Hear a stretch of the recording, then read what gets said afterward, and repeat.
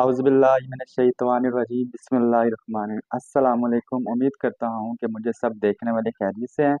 तो आज फिर हाज़िर हूँ आपके पास एक नई वीडियो और एक नई रेसिपी। और आज अल्हम्दुलिल्लाह मैं आपके साथ शेयर करने जा रहा हूँ बहुत ही ज़बरदस्त सब्ज़ी की रेसिपी। तो आपने घर में ज़रूर ट्राई करनी है इसको। तो जो बच्चे कहते हैं मैं ये नहीं खाता, वो इंशाल्लाह आप मेरे तरीके से बनाएंगे वो बहुत ही मज़ेदार बनेंगी।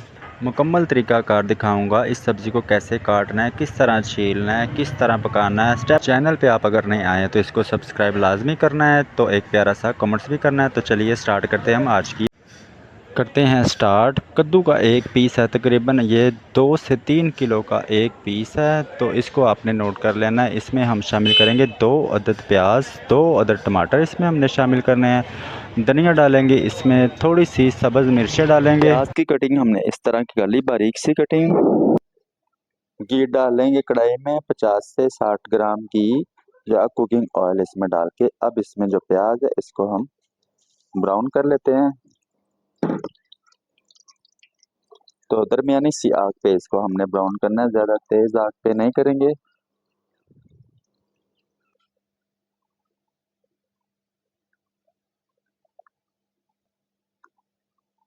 कुछ इस तरह से हमने प्याज को लाइट सा ब्राउन कर लेना। अब इसमें 1 चम्मच अदरक लहसुन पेस्ट, तो उसको भी पका लेना हमने।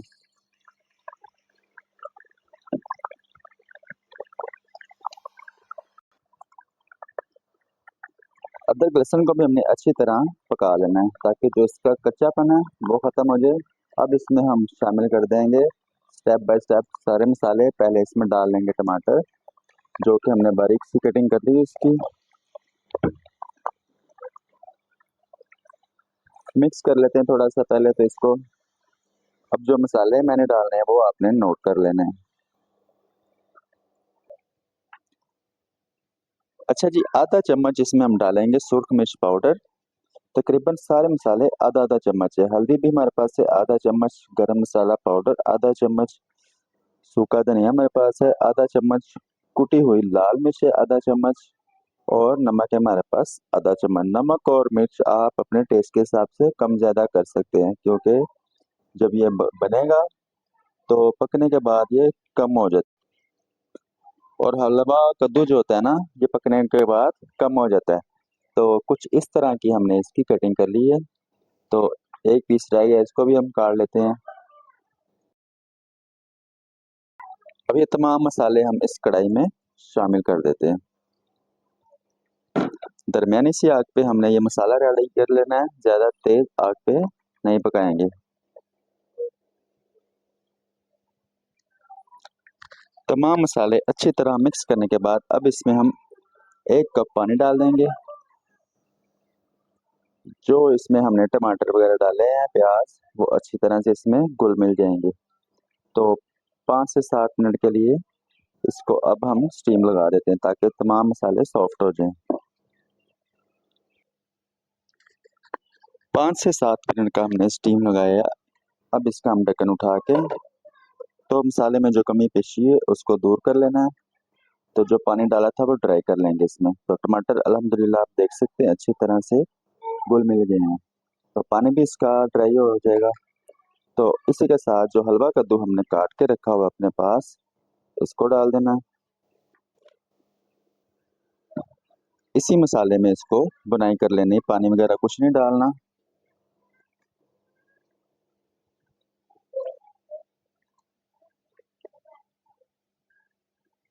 अच्छी तरह से बुनाई करने के बाद आप देख सकते हैं कि सब्जी जो है वो पानी छोड़ना स्टार्ट हो गई है।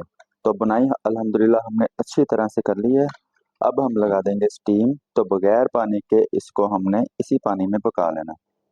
आग स्लो कर देंगे, पानी नहीं डालना है। अच्छा जी, तो तकरीबन 10 मिनट अल्हम्दुलिल्लाह हो गए हैं स्टीम दी हुए इस सब्ज़ी को। तो आपने ढक्कन उठा के जब देखना है इसको, या फोक के साथ इसको, या अपना जो होता है चम्मच इसके साथ दबा के आपने देख लेना है जो सब्ज़ी इसमें हमने डाली है वो अच्छी तरह से सॉफ़्ट हो गई है। जैसे ही आपको लगे कि ये सॉफ़्ट हो गई है, इसको आपने चम्मच की मदद से अच्छी तरह मैश कर देना है। इससे ये होगा कि सब्ज़ी और मसाले सारे घुल मिल जाएंगे। अच्छा जी, सब्ज़ी हमारी जैसे ही अच्छी तरह से मैश हो जाए, आप देख लें ये बिल्कुल नरम और मुलायम हो गई है, सारे मसाले घुल गए मिल गए हैं। तो अब इसको हमने क्या करना है, इसकी हम बुनाई करेंगे। तकरीबन 5 से 7 मिनट इसको आप जब बुनाई करेंगे तो आप देखेंगे जो आपने इसमें कुकिंग ऑयल या घी डाला होगा वो सेपरेट होना स्टार्ट हो जाएगा। तो इस तरह आपको पता चल जाएगा कि सब्ज़ी जो हम रेडी कर रहे हैं वो अल्हम्दुलिल्लाह अच्छी तरह से पक गई है।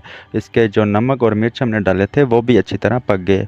अब इस पे आप अब इस सब्ज़ी के ऊपर हम करेंगे गार्निश। तो गार्निश करने के लिए इसके ऊपर सब्ज़ मिर्चें जो कि सेंटर में से काट के आप या बारीक बारीक कटिंग करके, हरा धनिया और बारीक सा अदरक इसको कटिंग करके डालना है। तो ये सादी रोटी या पराठे के साथ बहुत ही मज़ेदार होती है। तो इसी के साथ हमारी वीडियो होती है मुकम्मल।